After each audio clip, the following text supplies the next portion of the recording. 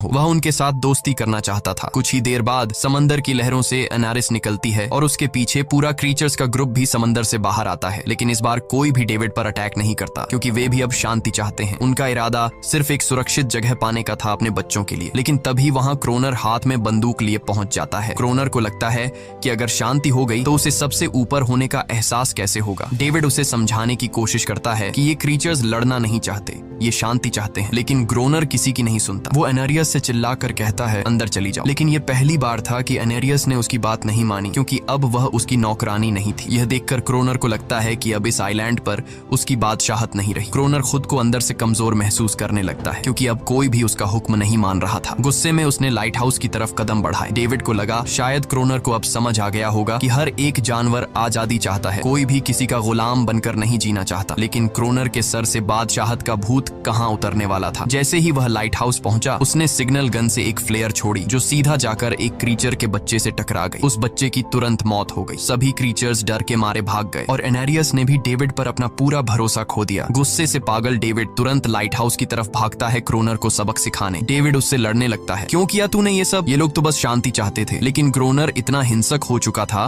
कि उसने डेविड को मारने का फैसला कर लिया। वह हाथ में लोहे का रॉड लेकर जैसे ही डेविड पर वार करने जा रहा था, डेविड ने उसे उसके असली नाम से पुकारा और कहा, रुक जाओ रॉबर्ट, तुम खूनी नहीं हो। ये सुनकर क्रोनर एकदम रुक गया। असल में रॉबर्ट ऐसा इंसान कभी था ही नहीं। इस आइलैंड पर आने के बाद अकेले रहने की वजह से उसकी मेंटल हेल्थ बिगड़ चुकी थी। अकेलापन, अपनी पत्नी की मौत और गहरा डिप्रेशन, इन सब ने उसे ऐसा बना दिया था। वह असल में कोई किलर नहीं था, वह एक अच्छा इंसान था। क्रोनर को एहसास हुआ कि ये क्रीचर्स कभी लड़ना नहीं चाहते थे, वे बस शांति चाहते थे। क्रोनर ने उन्हें सिर्फ इसलिए मारा ताकि वह खुद को पावरफुल दिखा सके। और अब क्रोनर को अपनी गलती का एहसास हो चुका था, इसीलिए उसने खुद को उन क्रीचर्स के सामने सरेंडर कर दिया और कुछ ही पलों में उन्होंने उसे मार दिया। डेविड लाइट हाउस के अंदर खुद को लॉक कर लेता है। समय ऐसे ही बीतता चला जाता है और 1 साल बाद आइलैंड पर एक गवर्नमेंट अफसर आता है, साथ में एक नया वेदर ऑफिसर भी होता है। अब नए गवर्नमेंट अफसर ने इस आइलैंड पर वेदर मॉनिटर की ड्यूटी करनी थी। जब कैप्टन पिछले अफसर के बारे में डेविड से पूछता है तो डेविड भी वही बात करता है कि वह पानी की तरफ गया था लेकिन कभी वापस नहीं आया। और वेदर ऑफिसर को भी लगता है कि डेविड ही ग्रोनर है। डेविड ने भी उनकी इस गलतफहमी को ठीक नहीं किया। वह चुपचाप बालकनी पर गया